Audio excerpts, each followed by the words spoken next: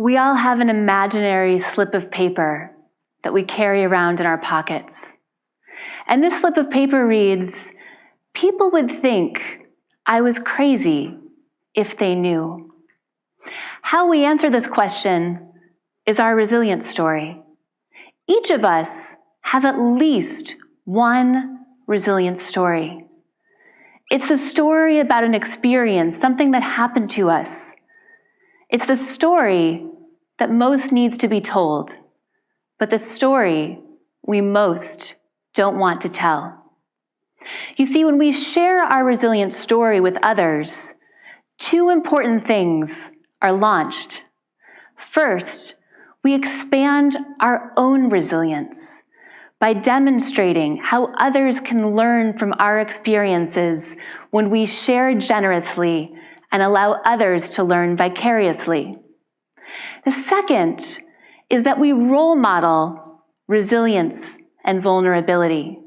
We pave the way for others to face their fear of vulnerability, first by role modeling our own. Now, so many of us think that we have to go looking for resilience. But actually, resilience comes and finds us. It's the moments when we face challenge, change, and complexity that teaches us the most about resilience and who we truly are. Resilience first found me on a cold October morning in Ann Arbor, Michigan. I was 14 years old, getting ready for school in my ground floor bedroom, and when I went over to turn off the stereo, see me later if you don't know what a stereo is, I saw a face at the bottom of my window. And as I looked at that face that was peering in through a couple-inch crack of the window opening, my 14-year-old mind was already buzzing, trying to figure out what in my array of experience would account for what was happening at this moment. Then I remembered a time when my dad was outside playing a trick on my brother and I said, "Dad?" And he said, "Take off your clothes, you're beautiful." Not Dad.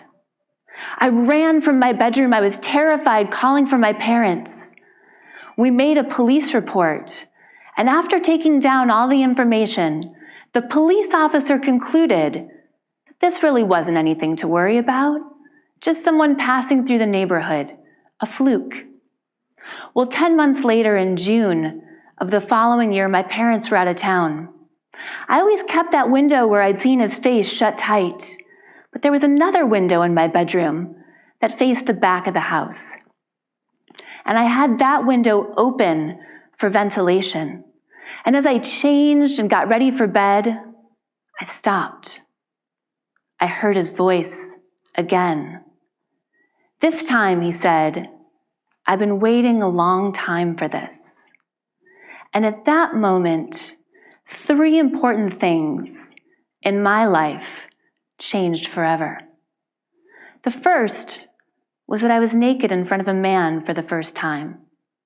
The second was that my childhood bedroom, which should have been, for me and for all of us, one of the safest places, became profoundly unsafe. And the third was that this was not just someone passing through the neighborhood. This was not a fluke. Well, when we think about our resilient stories, this became one of mine. Resilience found me a couple years later when my mom called me at university. A neighbor who lived a couple houses away had brutally raped and attacked another woman. And we thought that this might be the same man who had come to our home, whose behavior escalated over time. The judge sentenced this person to 20 years in prison. And I too spent time in captivity. The bars that I lived behind were a diagnosis of post-traumatic stress disorder. I looked out from behind those bars, for 2 decades with insomnia and hypervigilance and anxiety. And when I received that diagnosis of post-traumatic stress disorder, I thought to myself, self, this is a story that you can tell no one.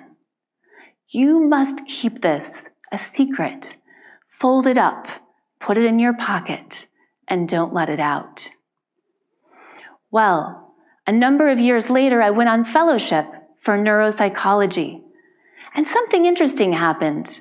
As I sat there in our outpatient clinic, watching our patients come in who had sustained brain injuries and spinal cord injuries, sometimes many years before, what I found was that people often were doing better than their prognosis or not as well as we had thought. But rarely were we ever right. And as I looked at each one of these people, I thought, what is happening that's allowing people to do better than we expected or detracting from their rehabilitation after a brain injury or a spinal cord injury? What that led us to do was to engage in the first study on resilience. We looked at the factors that enhanced rehabilitation or detracted from it. And what we found was stunningly simple and surprisingly basic. We found that people that had access to reliable transportation, these were the people who beat their prognosis. These were the people who were living independently as opposed to living in an assisted care facility. And we all know how important our independence is to us. As I departed from my fellowship in neuropsychology, I was still thinking about that study. And I thought, we're not all going to experience brain injuries or spinal cord injuries, but we all will face our own moments of challenge, change, and complexity. And in those moments, when resilience finds us, what will be the things that we do? How will we respond? What will be the behaviors that will harness in those moments? What are the things we can do to create a more positive and productive outcome? In short, what would be our version of reliable transportation? As I moved into the corporate world and became a management consultant, I decided I would study this a decade and a half ago. I asked people a simple question, and you can think about this for yourself. What did you do to effectively address challenge, change, and complexity? And now, having interviewed hundreds of people and collected thousands of pieces of data, what this has taught us is that we have a choice when we face our moments of challenge. Instead of engaging in a belief that we can fight, flight, or freeze, we actually have 5 better choices. See, what I learned from asking that question is the 5 practices of particularly resilient people. Now, the 5 practices of particularly resilient people starts with vulnerability. The ability for us to allow the inside selves, our thoughts, feelings, and experience, to share those to the greatest extent outside with the world. Vulnerability, as it turns out, instead of being the opposite of resilience, it's the cornerstone of resilience and also the foundation of authenticity and empathy. The second practice of particularly resilient people is the practice of productive perseverance, knowing when to maintain the mission and when to pivot in a new direction in the face of diminishing returns. The third practice of particularly resilient people is the practice of connection. This might sound the simplest, but I invite you to try it. It's one of the hardest. It's about knowing ourselves deeply, being connected to our intuition, trusting our gut, knowing our value, and then navigating the connection that we have with ourselves alongside the connection that we have with others, family members, friends, coworkers. The fourth practice of particularly resilient people is the practice of gratiosity. If you haven't heard that word before, that's okay, because I made it up. Don't feel bad. It's a combination of gratitude, first being able to look on a challenge after some time and to see the good in it, and second, to be able to share our challenges generously with others, so others can learn vicariously from our experience. And last but not least, the practice of possibility, being able to navigate the paradox of risk and opportunity, and recognize that we can never fully mitigate risk, but instead manage the inherent risk that emerges. So how does resilience allow us to break out of our vulnerability cage, you ask? Well, I'm so glad you did. Because it's about telling our resilience stories. You see, I also found a little thing called the vulnerability bias. And what the vulnerability bias tells us, it's faulty, it's wrong, it's insidious, but it insists that if we tell our resilience story, others will think less of us. The 3 L's might occur. People won't like us, they might leave us, and in those moments, perhaps they'll leave. In order to break out of our vulnerability cage, we have the opportunity to tell our resilient stories. Now, I knew what I had to do. I would become my own greatest case study.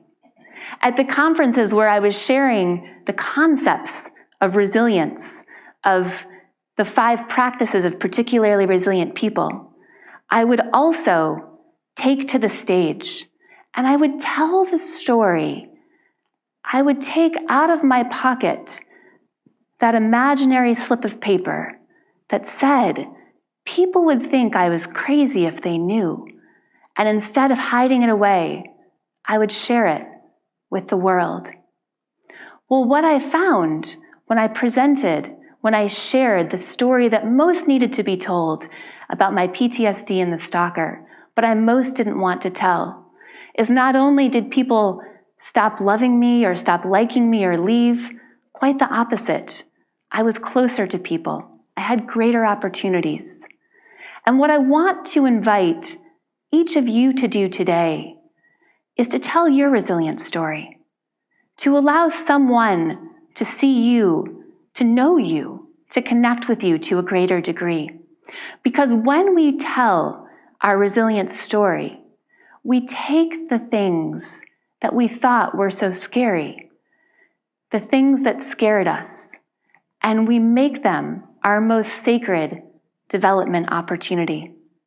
And in doing this, not only do we heal ourselves, recognize that even if you're going through something right now, one day when you tell your resilient story, what you've overcome, what you've faced, you'll become part of someone else's survival guide.